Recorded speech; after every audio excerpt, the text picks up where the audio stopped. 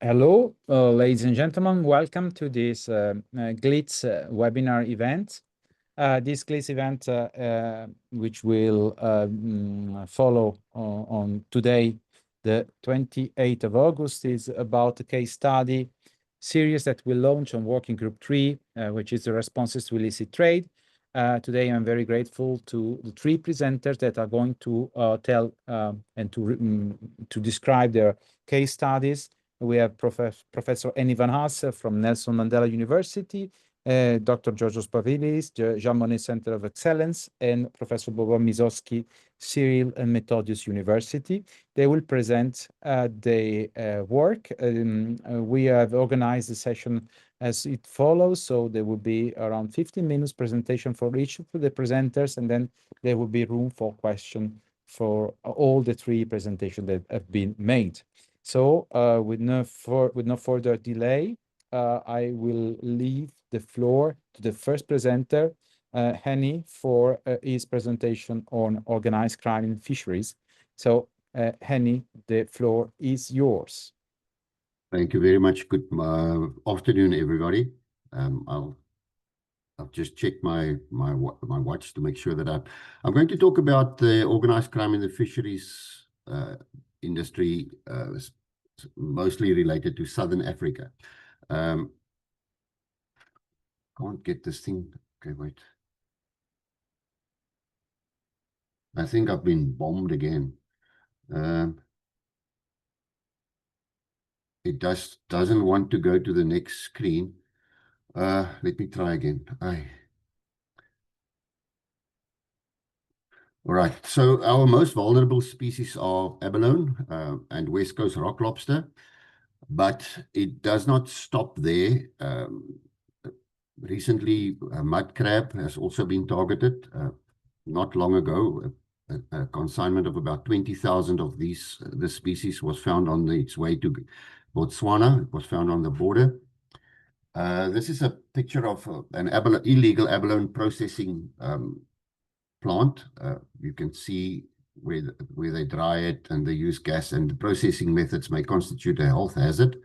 This is just a picture of abalone being dried. It's a very high value marine species, going for hundreds of dollars per kilogram. This is an example of a bluefin tuna that was sold in Japan for $3.1 million US. Also a very high valued threatened species. It is so high valued that there was a helicopter on standby in the Mozambican Channel that if they catch one of these bluefin tuna, then it's flown and picked up by the helicopter and flown to Japan, where they can get the highest price. This illegal activities are have some real causes for concern, because a very high number of these illegal, unregulated fishing instances are organized crime. And if it's treated as IUU fishing, it attracts low and usually administrative penalties, which does not eliminate organized crime. And the organized aspect also involves crimes such as racketeering, fraud, corruption, money laundering, human trafficking, drug trafficking, and it carries more severe penalties. In a Benga's case, a lot of these issues were involved. Human trafficking took place. The rock lobster was exported illegally to the United States. There was human trafficking, money laundering, fraud, corruption. All of these things were involved. In that particular case, Benga's, the culprit got 4 years imprisonment. They had to repay the South African government $47 million US, and all their property in South Africa were forfeited to the state. Now, the proof of the organized nature is that it's been known for years that organized criminal syndicates are involved, and there's a presence of a very large and highly efficient Chinese organized crime network in South Africa, especially linked to the abalone trade. And this quotation here comes from a court case where it was said that the Taiwanese-linked criminal group active in Cape Town was known as the Table Mountain Gang, and they these triad societies were operating in Johannesburg and Pretoria as well, which is inland, as well as every harbor city in the country. And the investigations also revealed that illicit abalone was a major component of Chinese organized criminal groups. It's linked to a lot of drugs that are involved, lately a lot of cocaine as well. This is just an example of mandrax that was found together with marine living resources. In the Blighnout case, you can see at the bottom, who was sentenced to 20 years. 9 people were arrested. There were 2 Chinese citizens involved. They were obviously observing the processing aspect, and one of them testified to the involvement of syndicates from Hong Kong. And the court said that the scale of the enterprise's activities extended far beyond provincial boundaries and shows the reach of its organizational tentacles, which makes one think of an octopus. And the court in that case said that the time had arrived for a complete reassessment of the sentencing options as the plunder continues unabated. Another problem that we encounter is corruption. In this particular case, 9 fisheries control officers and 8 other non-fisheries officers were arrested by a special unit of the police called the Hawks, and they were also involved in abalone poaching. So the question arose at the time, around about 2014, 2015, what can be done? So one of the aspects is that IUU fishing should be recognized as a form of transnational organized crime rather than a regulatory or compliance issue. International regulations need to be strengthened. In the meantime, we had the Port States Measures Agreement that became effective in 2016. Domestic legislation must be created that treat IUU fishing as a crime and not an administrative issue, and the punishments need to be improved. And then, of course, monitoring and enforcement needs to be enhanced. Then, very important, corruption in all its forms need to be stopped. This is what is involved. You can look at the map of South Africa and the routes that the major trafficking is taking place, as indicated by the red. I am here somewhere in between Cape Town and Port Elizabeth. This is Port Elizabeth, Cape Town. I'm here in between. And you can see a major part of it goes to Gauteng, from where it is flown from OR Tambo Airport. And you can see also it's trafficked through Namibia into Angola. It's not only abalone, rock lobster, shark fin, and mud crab that's involved. It's also linked to illegal cigarette smuggling. And here you can see a map of the abalone transport, abalone harvesting zones are here all along the southern coast of Africa. And you can see it's even exported from Zimbabwe, which is a landlocked country, and from the DRC, and from Windhoek. And it all goes mostly to Hong Kong, and from there to mainland China, and then to Vietnam. The problem is that where these abalone routes are set, it's also easy to smuggle anything back via those routes. This is an example of people going into the sea. This is the modus operandi. People going into the sea, and then they dive, and then they drop it somewhere in the bush, and it's picked up by transporters, and it's transported to abalone processing facilities. You can see it's right. It can be any place.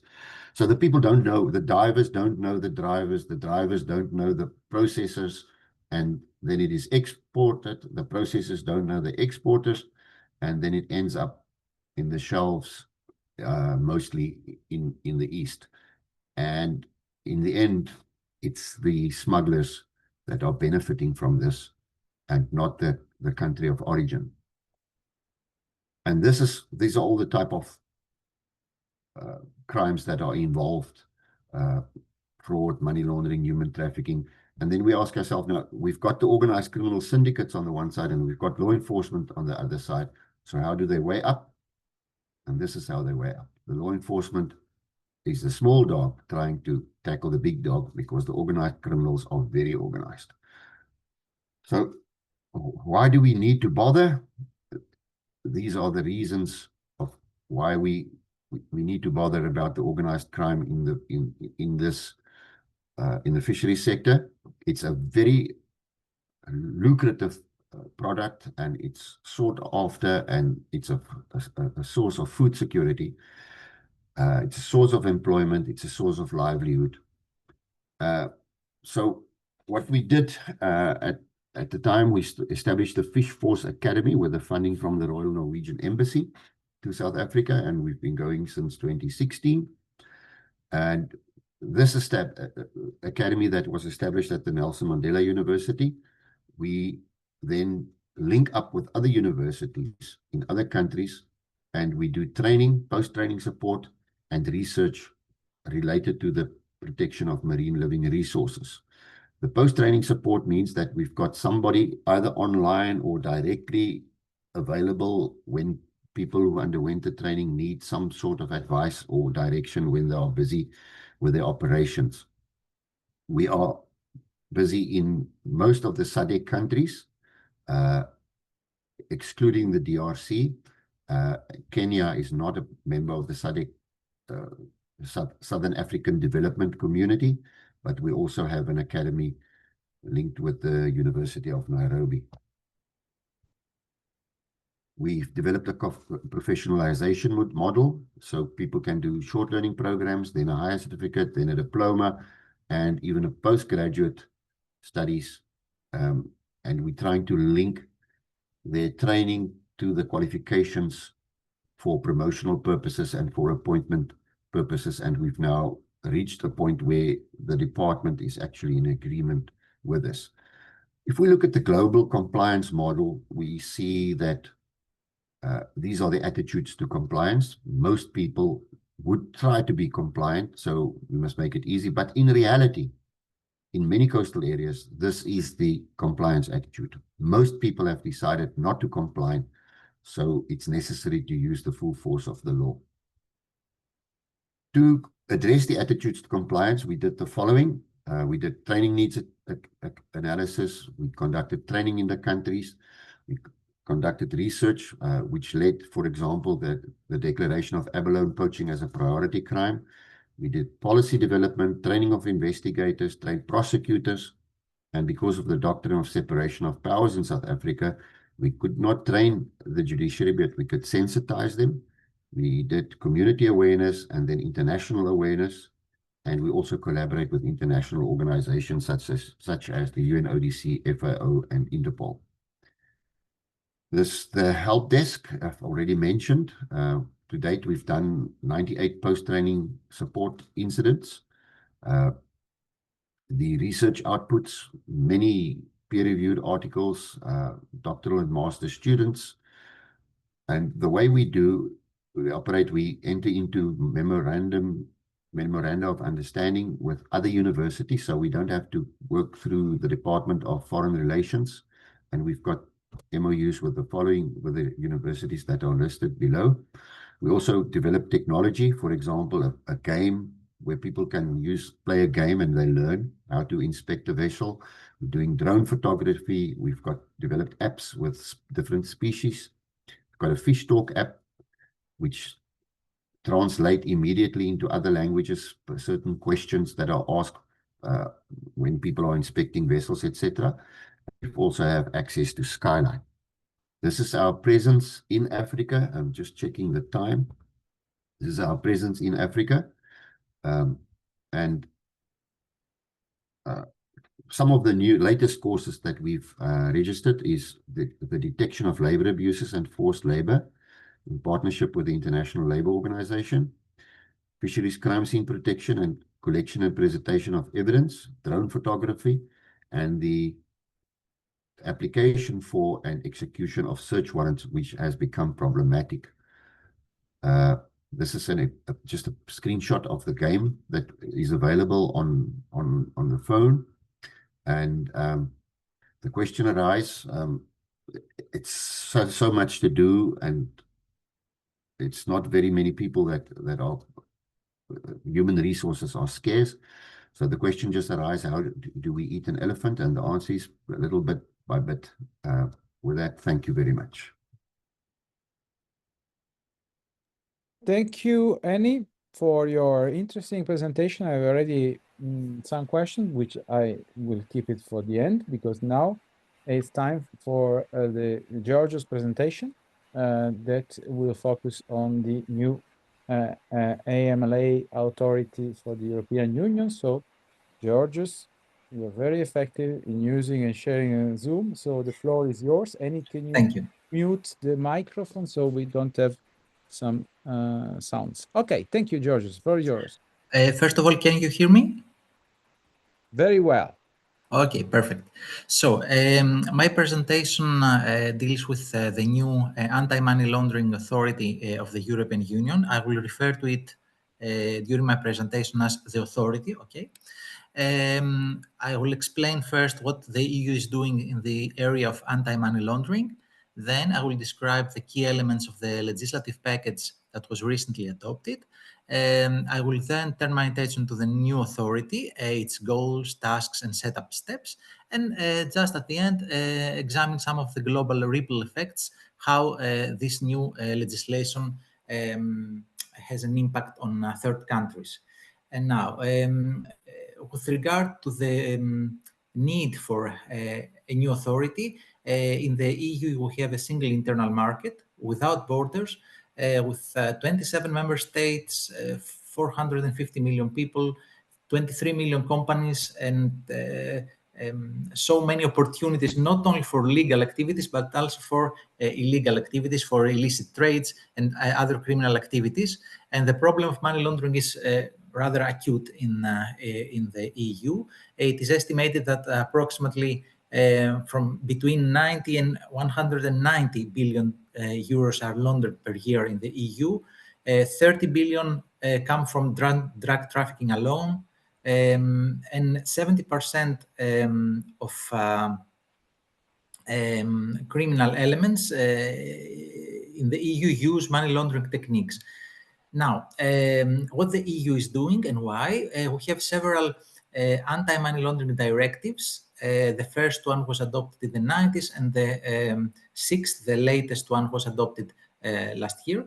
In addition to this, we have the EU sanctions regimes. We have instruments on confiscation of criminal assets.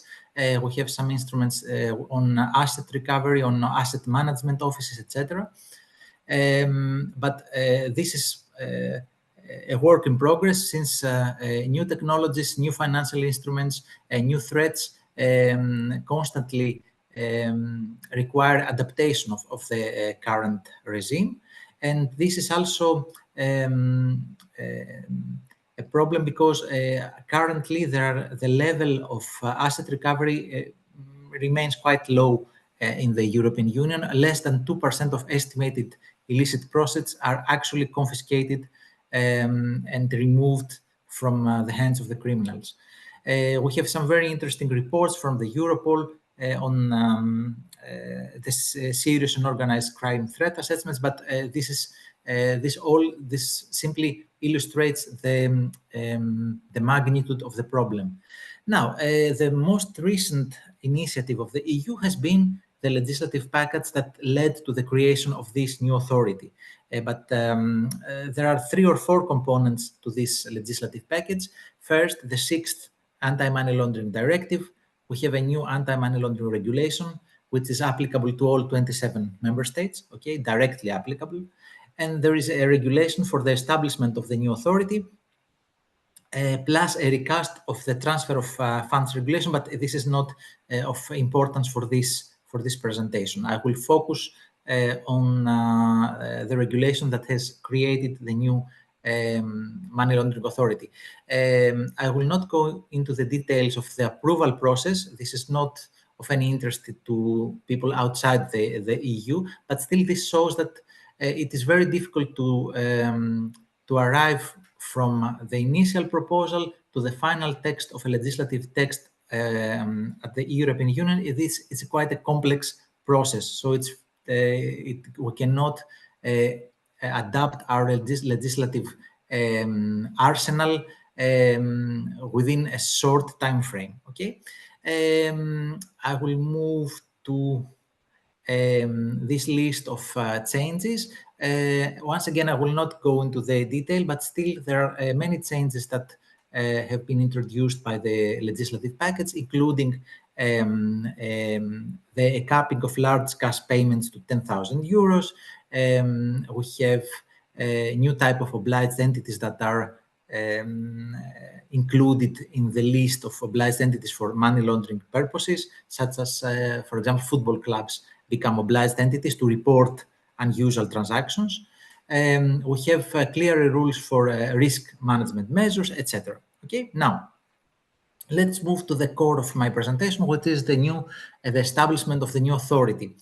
The new authority is a supranational body, so it exists at the EU level. It cooperates with national authorities, of course, but it has its own list of goals, which is to prevent money laundering, predicate offences, and financing of terrorism at the EU level, contribute to supervisory convergence, and harmonize practices, especially regarding financial intelligence units.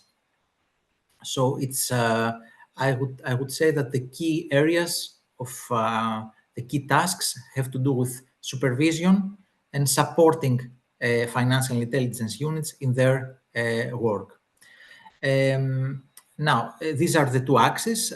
So supervision, we have the new authority and national supervisors that have to work together, and we have financial intelligence units, at least one in its member state, which will continue to be the sole recipients of suspicious transactions reports, but have to work with the new supranational European authority.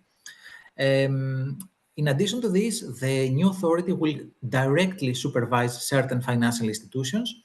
For example, obliged entities that are active in at least 6 member states.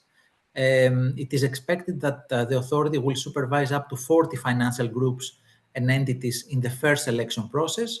The original proposal was 12, then it was increased to 20, and now we have 40.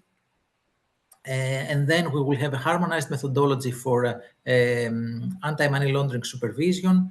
We will have the role of national supervisors that may request the authority to take over direct supervision in exceptional cases.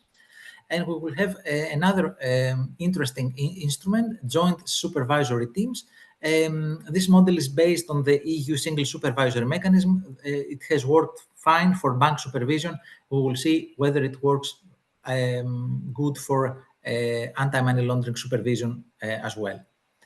Now, with regard to the operationalization of the new authority, staffing, it is expected that over 400 staff members will be hired over the horizon of 4 years. 200 of them, half of them will work on direct supervision, as I have mentioned, the 40 financial groups that will be directly supervised by the authority. And then with regard to funding, 30% of the funding will come from the EU budget and 70% from financial contributions by financial sector obliged entities. So those who are supervised will pay fees to be supervised, okay? These 40 big financial groups. Maybe this is too technical, but still we have an internal structure, an executive director and chair, an executive board, and the general board. This is an interesting element that we have 2 compositions for the general board, the supervisory composition and the FIU composition. Another information that may be of interest, the new authority has been agreed to have its seat in Frankfurt. So Frankfurt will not only host the European Central Bank, but also the new Anti-Money Laundering Authority. The new authority has been established in 2024, but it will start its activities now, starting in the summer and autumn of 2025. It will reach full staffing in 2027, and will begin direct supervision in 2028. This also illustrates that the EU works in does not have a short. The planning is a long-term planning, not short-term planning. Okay. And I will conclude my presentation with some remarks on the ripple effects of this new authority. So we will have to have synergies with the sanctions regime. The sanctions regimes, there are several of them. The well-known concerns the sanctions against Russia, the Russian Federation. So obliged entities have also to apply, in addition to anti-money laundering rules, the sanctions rules. And AMLA, the new authority, will have to supervise directly or indirectly the compliance with the EU sanctions regime, which is also an important element. And the new authority will facilitate cooperation with third countries on issues related to money laundering, information exchanges, joint investigations, risk assessments. So obliged entities, not only in the EU, but also in third countries, will need to be familiar with the new rules, with the existence of this new authority. And foreign supervisors in the area of money laundering and foreign financial intelligence units would also need to be familiar with the new European rules and the new authority as it was established. Okay, so my conclusion: the new authority will enhance supervision in the area of anti-money laundering. It will strengthen cooperation among FIUs. We are expecting several dozens of implementing acts and regulatory technical standards to be issued in the next 2 or 3 years by the new authority. So although the start of the supervision may seem distant, time flies. So obliged entities and foreign entities need to start getting prepared for the new reality. So this concludes my presentation. I would like to thank you all for your attention. And for any questions at the end of my of this event, I will be happy to answer them. Thank you very much. So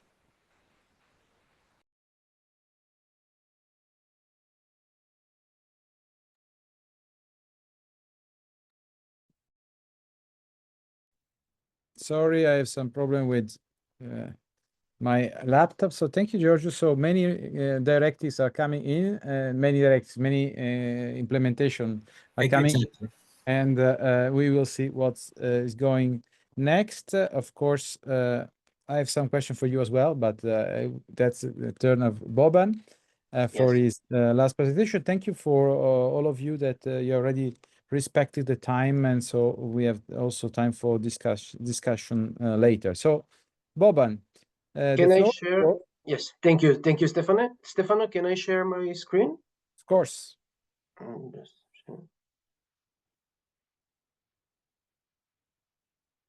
Can you see it? Yes. Yes. You have to project the screen. Okay. Now we see everything. Okay. Screen. Yeah. Thank you very much. So last but not least, I'm happy to hear our colleagues with very interesting presentation.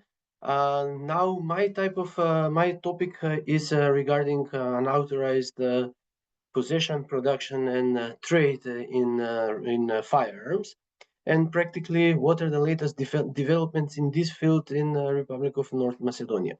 So in September 2003, we've amended our criminal code, I would say drastically, in regards to accept all the novelties that are from the Firearms Protocol of United Nations Treaty of Organized Crime, and to accept it international legislation, together with our strive to harmonize the legal system with the EU directives. So practically, what we did was completely rearrange the offense, because up until 2023, our criminal code, in particularly this offense of illegal or unauthorized production, possession, and trade in firearms, was did not new for the parts and components of firearms, and also did not envisage or incriminated every specific activity in regard to trade that are already mentioned within the firearms directive and also protocol number 3 of UNDOC. So the basic idea was also not only to harmonize the legal system, but and this particularly this specific incrimination, but also our idea was in a way to put attention to the law enforcement agencies in order to fight against all types of that this offense might be done. So practically what we did on legislative level was that practically we've divided all these three different types of offense into one. So practically in the first type of the offense is practically trade, where we've incriminated import, export, transfer, deliver, selling, purchase, or otherwise engagements of brokering and everything practically that is so far known under the international instruments in regard to illegal trade of firearms. We've also introduced here parts and components because, as I said, they were not incriminated. And hence, here we've put some additional provisions that mean that also it's prohibited to have tradings with the states that have prohibition, international prohibition, that or some restrictions that are imposed by international bodies. And we've also tried in this sense to include something modern in our legal system, which means if we have like a production of 3D printers. So practically what we did is a division of main types of offense in order to be more visible for law enforcement agents while fighting against it in practice. The second type was a practical unlawful manufacture, where we've practically draw to law enforcement agents what does manufacture means: assemble, repairing, alteration of firearms, but also both introduced to parts and components of firearms. And here is the thing that we thought it's a modernizing, like a possession of 3D printers through the computer system for a scheme, meaning that also if a person possesses schemes or some other blueprints for production of firearms over 3D printers, it's considered as a type of this offense in sort of manufacturing of firearms or parts and components. The third and last was already known and well established part of this offense in our criminal legal system, meaning possession, unlawful possession or carrying of firearms. So furthermore, we've made also a little bit improvement of the aggravated types. Aggravated types are standardized in this area, which means if the quantity it considers the quantity of the firearms or components or explosive or ammunition, or if these are prohibited for possessions to citizens, which means military weapons or automatic weapons in our case. And furthermore, aggravated type of the offenses if any of previously three types of the offense were committed by a gang, organized crime group, or other criminal enterprise. So here the sentences are aggravated and are differing from 4 years or up from 8 years up to legal maximum up to 20 years of imprisonment.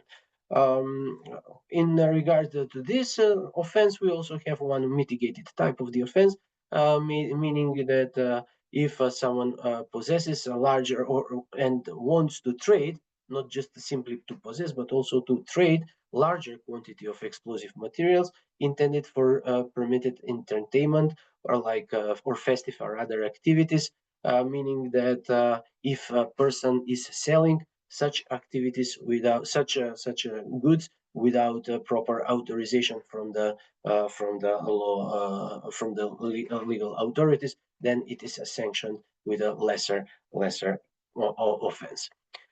Where are we in practice? What did we do and what did our law enforcement agencies did in practice?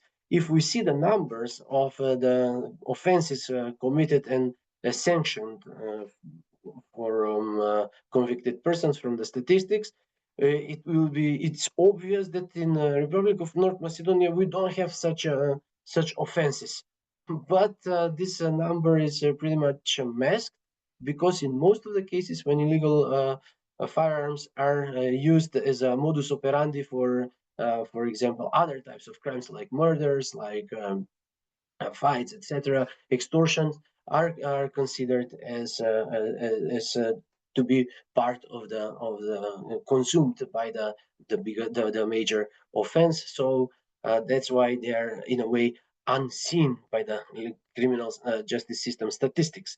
So that's why these are the main only cases where Article 396 of the Criminal Code is involved, which means not more than 100 cases per year are adjudicated. If you can see, the sanctioning policy is rather lenient, mostly alternative measures, and these alternative measures are adjudicated to the primary offenses who don't have previous offense record, a criminal record, and then usually the sentence is suspended sentence up to 3 years or up to 5 years, suspended sentence. Then we have effective imprisonment in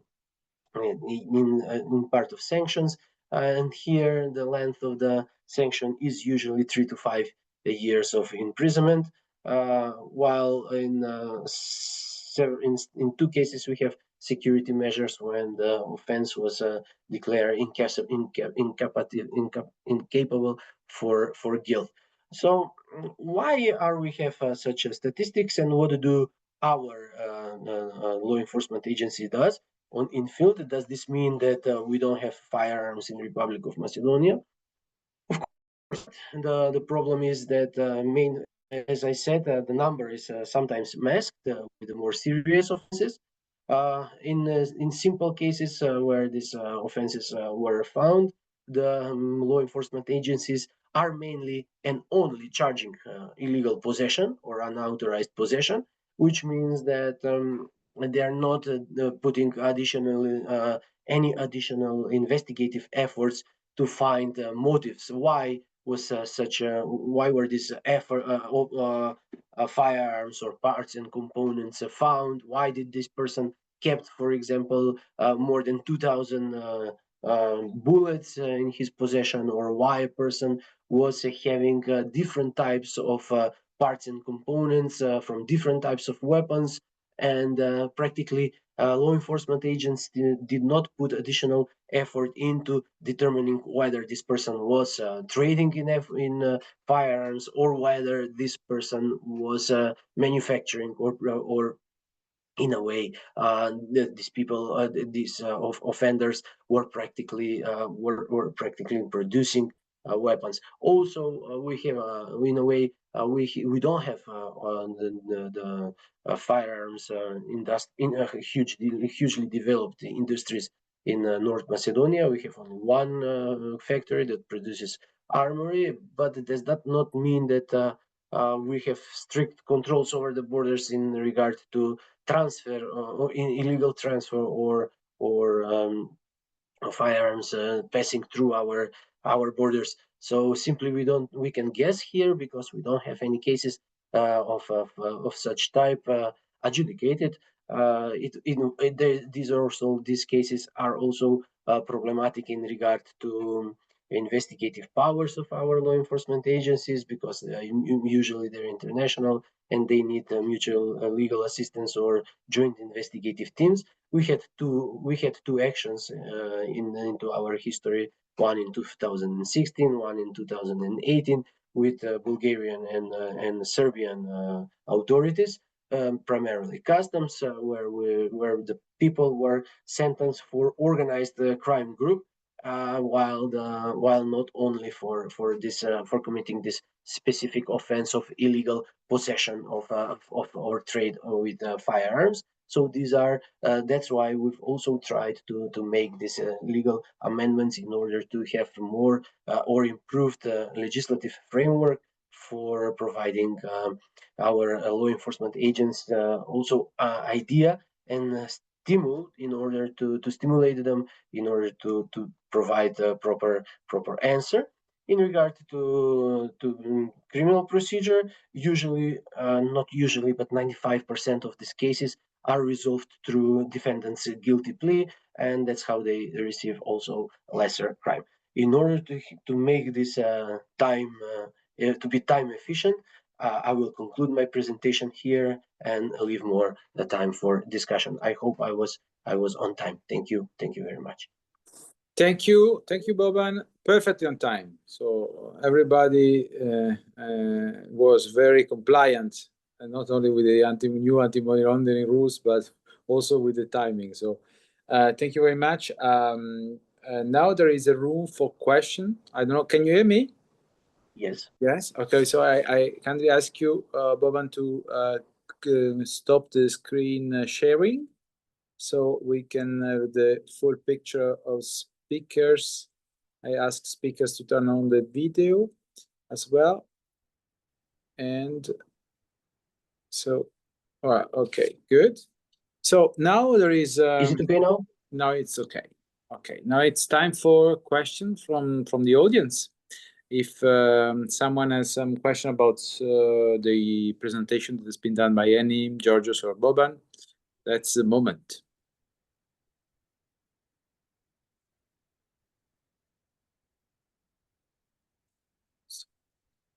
So always difficult to break the ice. So I may start with one question for each of the presenters. So I will start with Hennie. I was wondering if the abalone is it does not fit with the CITES convention, so it's not considered as a protected species according to the international convention. And I was wondering whether combined to the illegal market that you presented, is there also a legal market that operates, and there are some of legal enterprises that are involved in these markets, and how do they operate? And if I understood well, the destination market of this product is mainly Asia, and I was wondering whether before the coming of these triads groups, there was some legal market. Now this legal market operates. Hennie. Yes, thank you. As far as CITES is concerned, abalone was listed on CITES up to about 10 years ago, and then it was removed, mostly because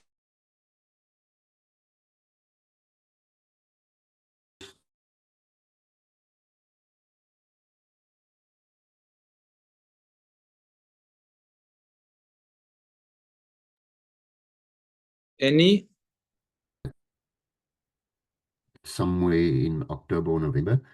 Secondly, yes. Can you hear me? I don't know if it was me, but we lost the connection in the. You said it was in the CITES and then it was removed, but we didn't get why it was removed. Okay, it was removed mostly because the Department of Fisheries, who had to administer, found it difficult to administer all the CITES requirements, and so it was removed. It's now been submitted again to be listed on CITES, and I think that meeting is in October or November. As far as the legal and illegal market is concerned, years ago, people were allowed to remove small volumes, like you can count on your one hand, of abalone for personal use. Then it gradually started, the poaching started gradually, and then it gained it gained more intensity. So abalone was then listed as a no-take marine living resource. Nobody could remove it, but there are also legal abalone farms along the coastline. So there's a legal market, but it's very, very small, that people can actually, they cultivate and export the abalone, but the illegal market is about 10, 15 times bigger than the legal market. The way in which the illegal market is determined is the export is monitored. The abalone that leaves the country legally is monitored. Now, in the East, for example, in Hong Kong, it's not illegal to possess abalone. So the amount that then arrives and that is declared by the Hong Kong authorities, the difference between the amount that leaves the country legally and the amount that arrives in Hong Kong, that's indication of the illegal market, and it's huge. In terms of illegal, it's difficult, because if we talk about 1 billion, we forget that there are 12 zeros after the billion, and it's estimated that in Africa we lose about 20 to 25 billion US dollars per year to this illegal, to the illegal activities. The problem with the illegal activities is that it don't just remain with the removal of the marine living resources. There are other crimes that, and eventually it impacts on the rule of law. Yeah, because in these communities, people see, okay, the poachers are getting away with this, so everybody becomes involved, and it erodes respect for the law and the rule of law eventually, and that's the danger of this organized crime.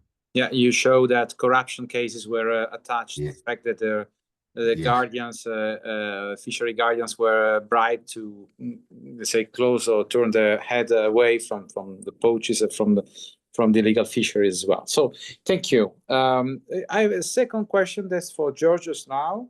It was very interesting, the presentation about the money laundering.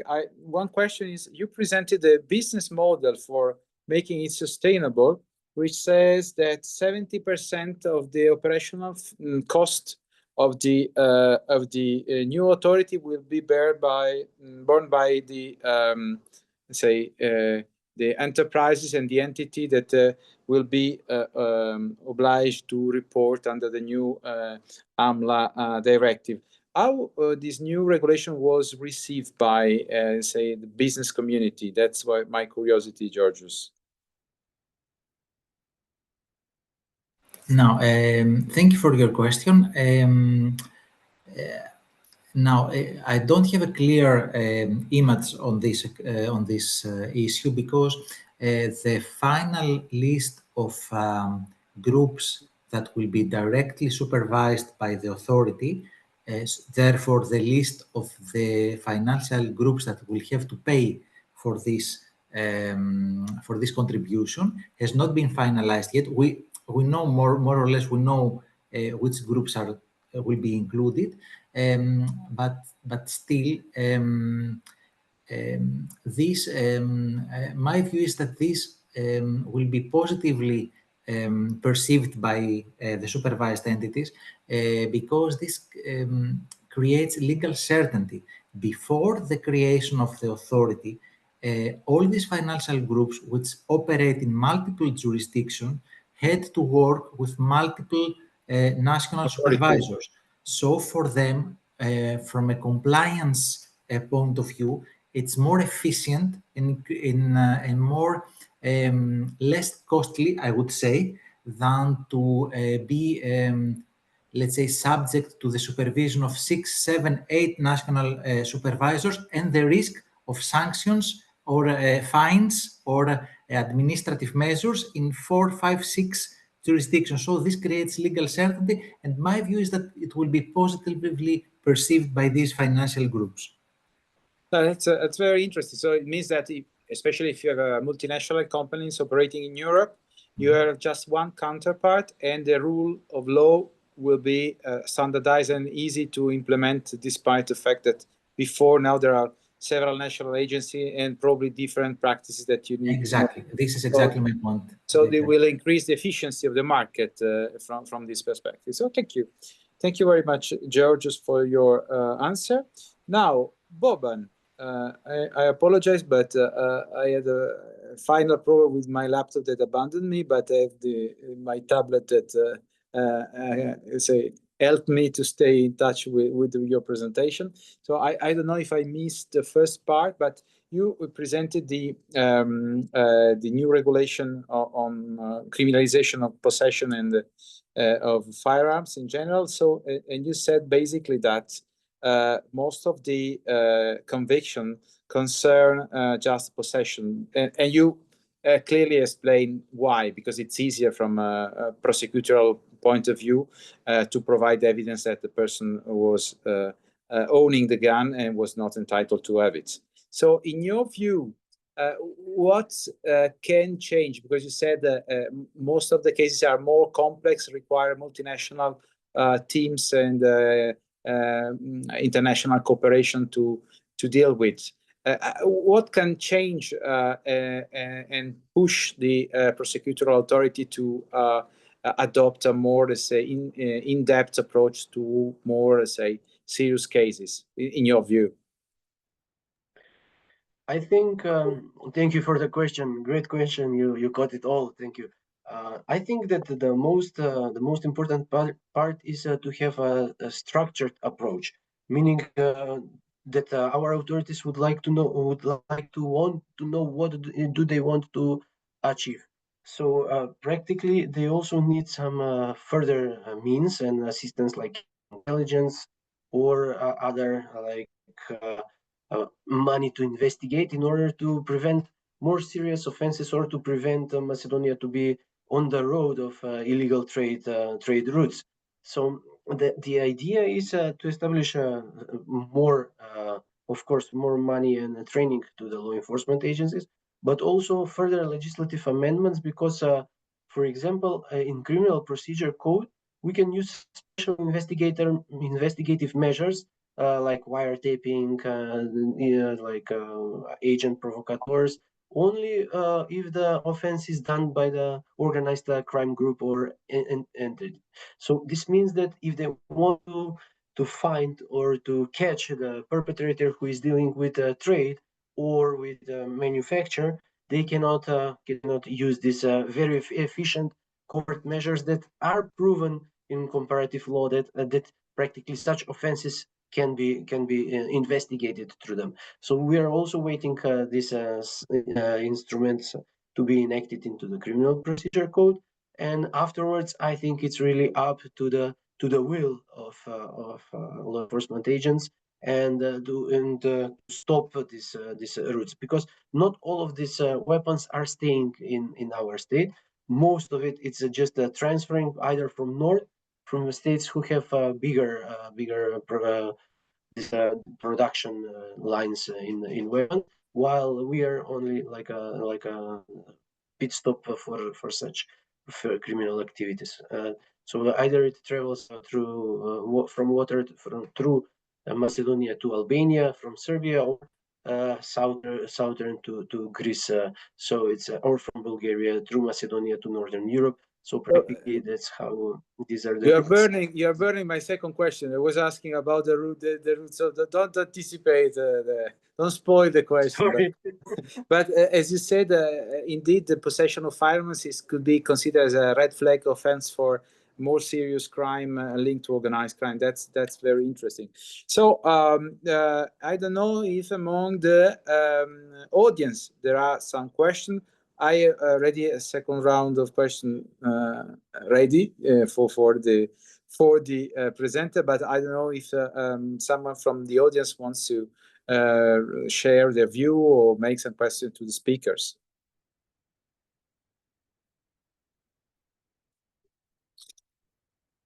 Feel free to raise your hand if you have a question. Even if you have not a good connection for the sound, you can just put your question in the chat room and we will read the question. We have a very effective support from Cameroon that is with us and is ready to take your question if you want to make some question through the chat room. If not, I will do the second round of questions, and then I will start from Boban now. There is Hennie that has one question. Hennie, please. Sorry, it was a mistake. Okay.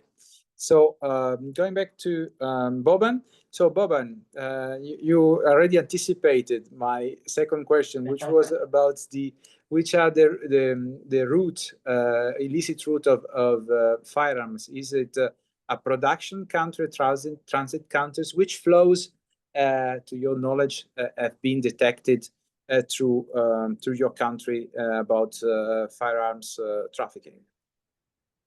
For more serious, thank you. Well, somehow it's well connected, so thank you very much. From the intel that we have and information that we have in Macedonia, it's mostly transit country.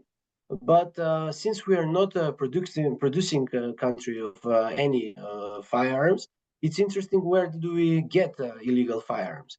So when we are discussing about standardized firearms, which mean pistols or rifles, they usually come when we discuss about handguns, semi-automatic or automatic, and they come from Serbia through, of course, Austria. Glock is very popular, and then we also have this Czech. They're coming from Serbia or from Kosovo into Macedonia, where most automatic, this AK-47 comes from Albania. And also some of other weapons come from Albania, mostly munition. Whether this usually from Greece we receive these signal guns, the Turkish mostly produced, and they enter through Bulgaria and Serbia and Greece together with ammunition. For more serious weapons, then we're only transiting state, and the transit goes from north to south, and also from south to north. So that's usual route. But also we have routes from Albania through Macedonia going northern to Serbia, and or partly Kosovo, and also from partly from Bulgaria going mostly through Macedonia, going mostly north. So these are the standardized routes. So as we are in a crossroad, everything crosses in our territory, but unfortunately not much is stopped. I mean, we are not stopping it at all. Why? Maybe it's legitimate question, but maybe the answer is obvious, because in the times of war, many of these states needs ammunition and firearms. So not many states are in a way, in times of war, interested into stopping these channels, because they are intervened with organized groups. We will probably release the music later, when this war stops and when we will have to deal with all these weapons that are already deployed at the war fields. So maybe it's a further question in future that we will have to, all of our society will have to deal. But as these times, it only transfers through our territory. So thank you. Thank you, Boban. So it's a more transit country, so there will be stock sites in which you can pile the ammunition or the weapon, and then just find the best moment to move out the ammunition and weapons through the borders for different markets. Okay, that's interesting. Let's move to Georgios for a second question, which is a broader one. Sometimes talking with colleagues, we were discussing that the anti-money laundering concern is much more European focused than US focused. So what is your view about the fact that probably the debate around anti-money laundering measure is not so, let's say, worldwide as it was 15 or 20 years ago? Do you have any view about also the US policy is going to evolve or to react to this new directive? Yeah, I would argue that, there were some concerns mainly in the 90s that the anti-money laundering regime was a product of, let's say, of the agenda of a couple of industrialized countries, such as the US. We were following the US model and a couple of other Western countries. But then the creation of the FATF, the Financial Action Task Force, has changed this, because now this organization has included several other countries, not only Western countries, not only the US, not only the EU, but also India, China, okay? And the development of the anti-money laundering standards by the FATF is now more or less, I would say, a fairly genuine global process. And what we see is that the EU follows the FATF standards, the FATF recommendations, as do the United States of America. So these initiatives by the European Union have a global dimension. All of us follow the FATF standards, and we are subject to the FATF mutual evaluation process. And I would say that despite the fact that the FATF, its recommendations are soft law, the level of compliance with FATF recommendations and standards is very high. It's significantly high. This has also to do with the gray and black listing of jurisdictions by the FATF. So to sum up, the standards are produced by all member states of the FATF, and they then are adopted by all jurisdictions, including the US, including the EU, European Union countries, member states. And then we are all subject to this FATF evaluation process, which leads to high level of compliance. So I wouldn't say that the anti-money laundering standards are European focused or US focused. I would say that they have obtained a global dimension. That's nice. That's a positive. Yeah, it's a rather optimistic view, I would say. That it's a positive. I would say optimistic. I mean, you provide effectively reasons for saying why FATF is working, because it's a shared view, not only from the Western countries, but it is a knowledge that there is a need to tackle this kind of phenomenon. And I'm happy because in a world in which globalization is going to reducing its dimension, the need for a global standard anti-money laundering remains as a good example of cooperation at international level. Just to add something, maybe this model is something that we could replicate, reproduce, and maybe get inspired by the FATF model, because it's a rather successful model, I would say. Yeah, that's a good positive thing. Thank you, Georgios, for bringing some positive comments on the way in which international regulation may be effective. And concluding the session of question with Hennie again, Hennie mentioned money laundering as a problem concerned to the illegal fishery. So it's a good link with the last answer done by Georgios. My question is about, you mentioned this parallelism between legal and illegal, let's say, multiple illegal markets. So you were explaining that they do export illegal fisheries product to the East, and cigarettes come back.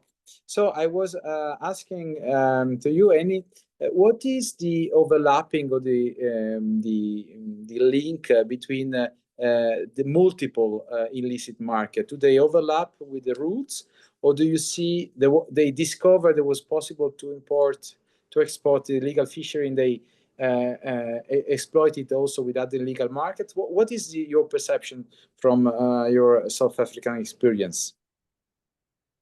Sorry, you just broke up there.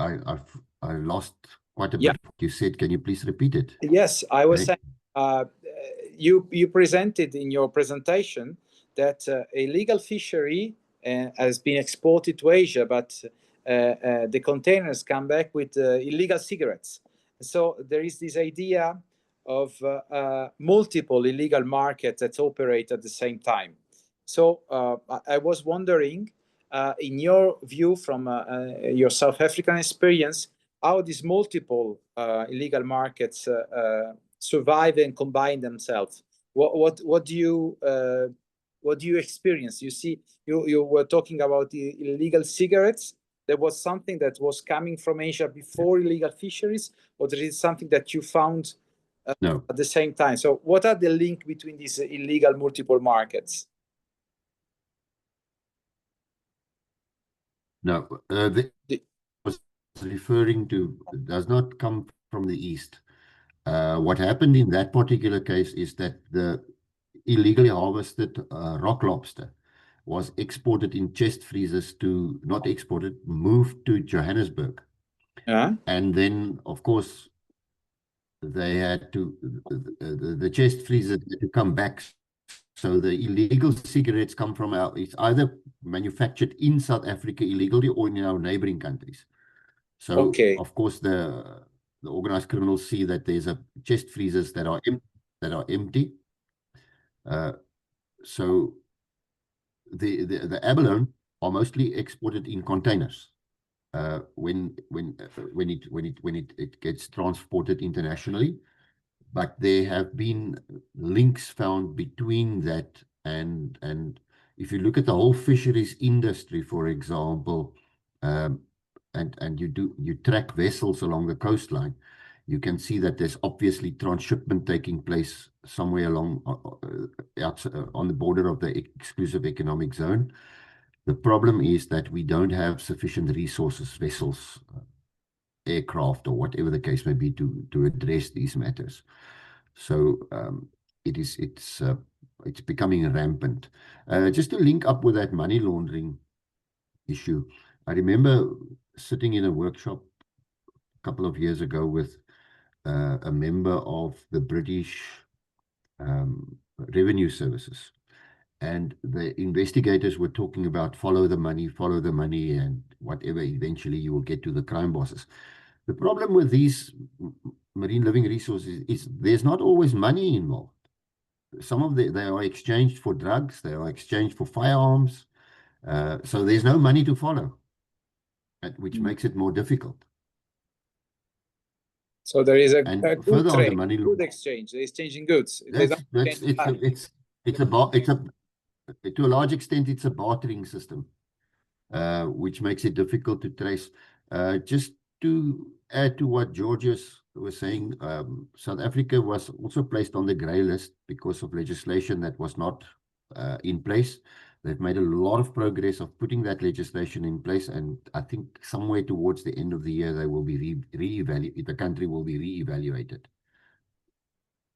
So, thank you very much, Hennie, for your answer. Yep. So we are gently coming to the end of this session. If there's no further question from the audience, I would like to thank Cameron for the technical support, all the presenters, Hennie, Bob, and Georgios, that presented a timely and very interesting topic. And also this session Q&A was super interesting to me. And I hope also to the audience that attended to this webinar from the GLITSS Cost Action. So thank you very much to all of you, and looking forward to see you again in the future. Thank you. Thank you very much. Thank you very much. Thank you. Bye-bye. Bye. Bye.